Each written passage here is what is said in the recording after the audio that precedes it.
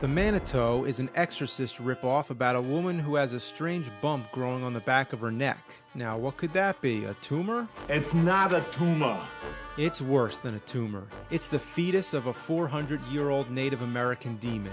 Yes, I said that correctly. An ancient witch doctor of some sort being reborn on a woman's neck.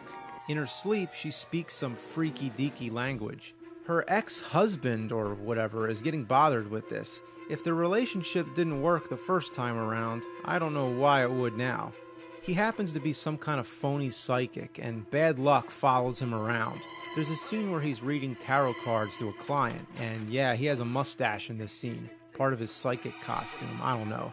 So she starts convulsing and screaming, floats through the hallway, and throws herself down the stairs. He tries to stop her, but unfortunately he can't run any faster than slow-mo while she plummets down the steps multiple times. Well, she's dead. Who cares? The movie goes on. Nobody ever questions it. Here's some tips to deal with demonic possessions. It always helps to discuss the situation in a room that's full of books, certificates, and scientific equipment. That's the perfect background to go along with your fetus and black magic conversation. Never have seances. Green deformed heads will reverse melt from out of the table, and watch out for the evil spirits. They're highly combustible. Never talk to a spiritualist historian. You'll only be wasting your time. At least it's Burgess Meredith. The movie just got good all of a sudden, just because he's in it. Why do you want to fight him, for heaven's sakes? Within 2 or 3 days, we could actually meet an Indian medicine man from a time far back in America's past. It seems to me criminal, sir, to even think of destroying him. They might as well put the best actor in the least important scene. Literally, he tells them nothing. He says they're shit out of luck. So they have to go to a medicine man. See, that's how you do it. Get a real badass Native American, no-nonsense, spirit-fighting motherfucker.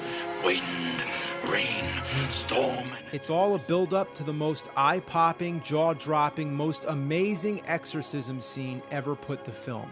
The Manitou takes shape, comes out the woman's body, sits on the floor, freaks everybody out, and turns into a ghost lizard. The hospital turns into an ice cave, a nurse head shatters a window, gusts of wind send people flying in every random direction, a typewriter is thrown and explodes.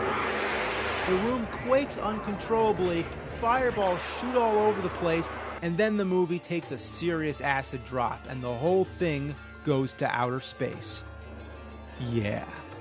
The Manitou laughs, contorts his face, and pretends to play an invisible piano. The high voltage meter's cranked up, the explosive meter's cranked up, and quickly this film ranks in number 10 on the what the fuck scale. Poor Karen, who spent the whole movie with this crazy dude growing out of her body, now takes out her revenge by shooting lasers out her hands. Now we're in for a crazy pyrotechnic laser light show.